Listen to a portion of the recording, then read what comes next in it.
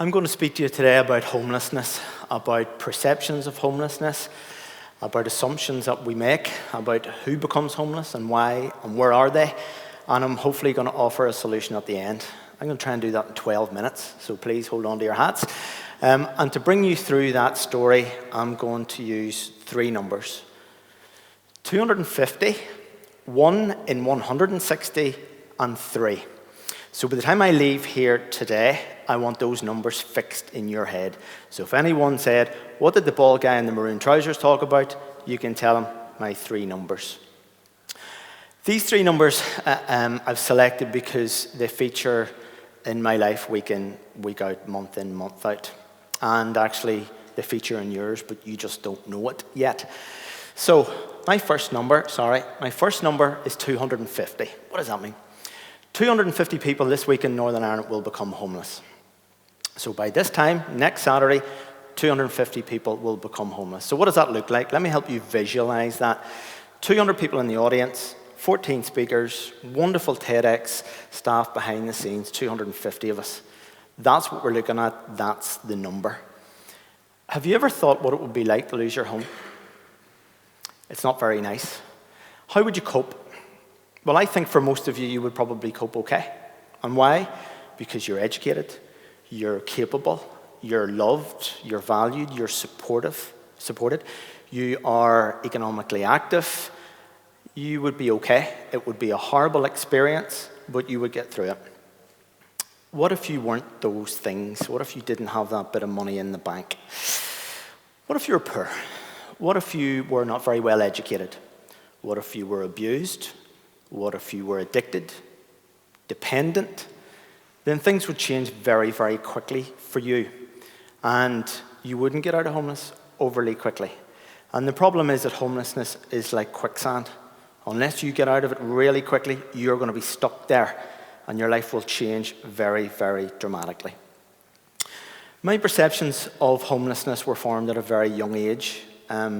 Two members of my family became homeless at different times in their lives. The first was due to a really tragic, catastrophic, unexpected death in the family.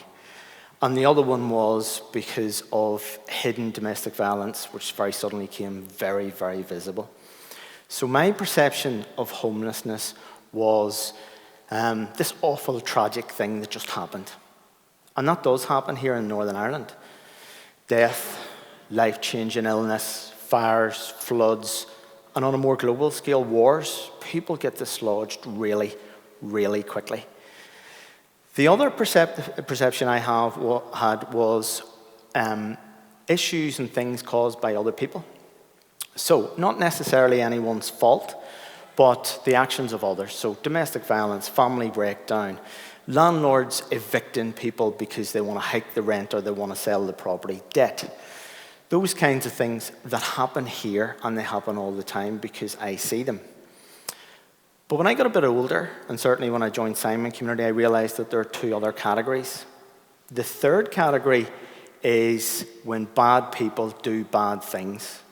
And we have to say it because it happens. It happens in every society.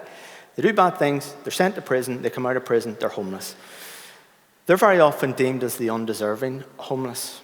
They did that. I'm not helping them with that. Now, whilst they are in the minority, they create an assumption about everyone who's homeless. They must have done something. That sounds a bit dodgy.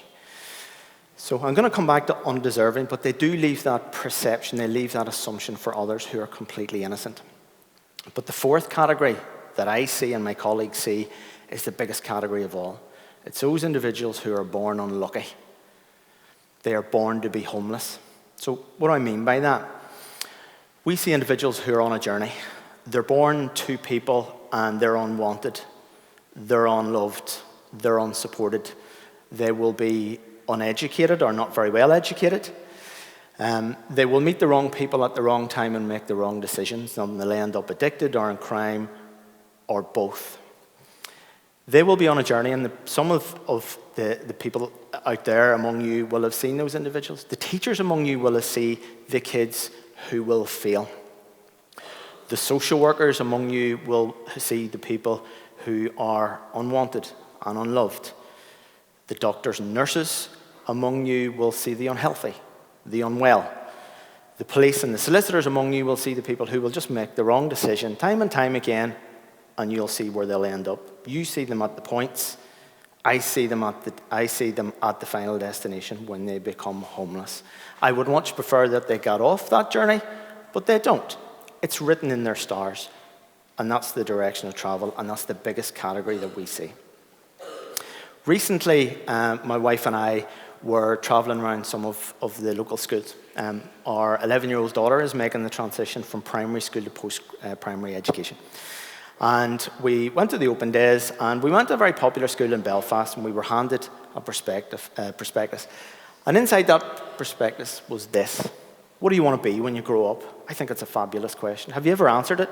What did you want to be when you grow up? You ask it of kids. And 2 days later, my son came home. He's 8 tomorrow, with that drawn.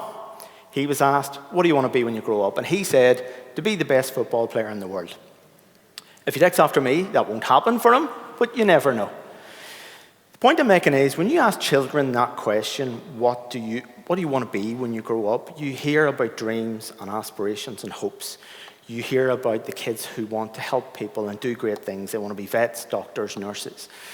You hear about the kids who want to be famous. They want to be footballers. They want to be pop stars. They want to be on TV. They want to be actors.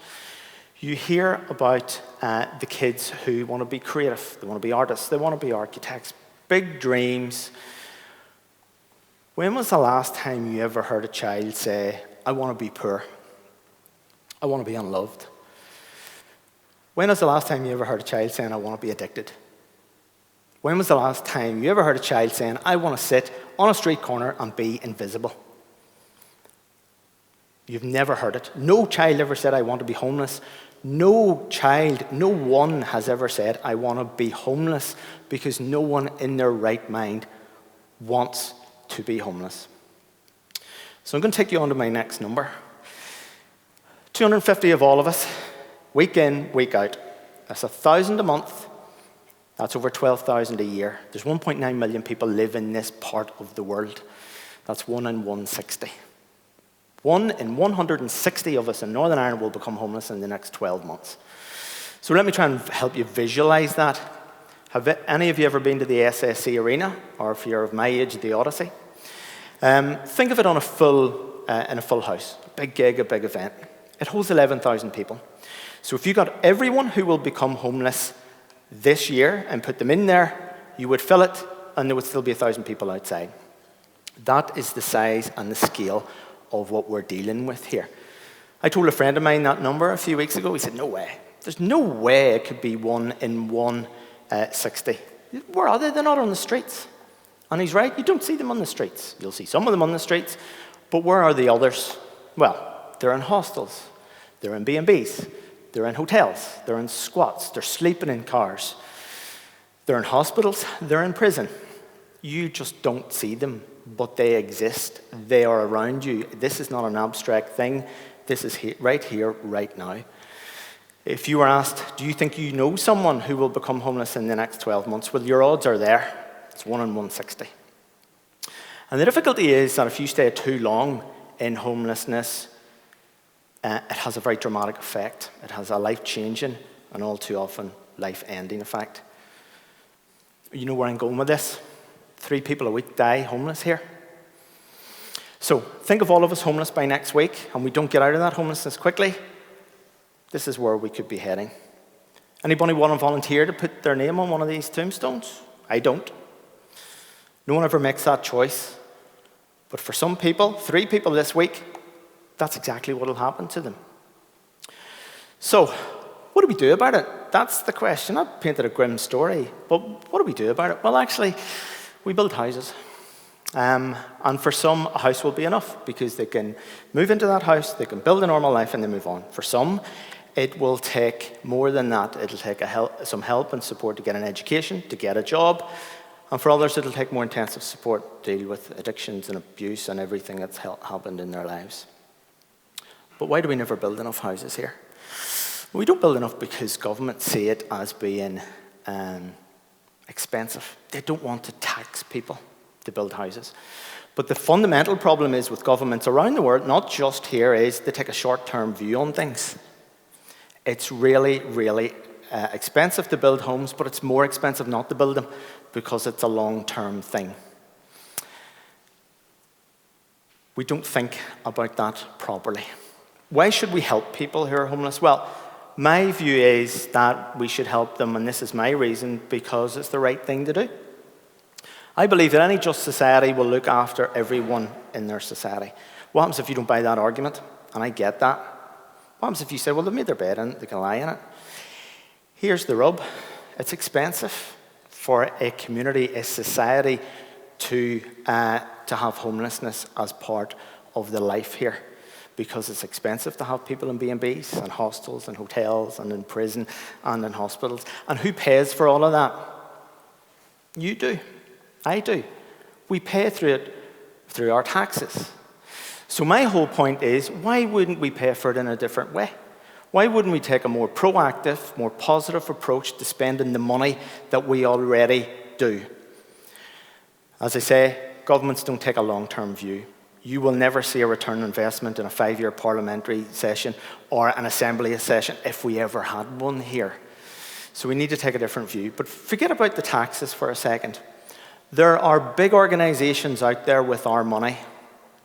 Banks have our money. Pension companies have our money, and millions of it.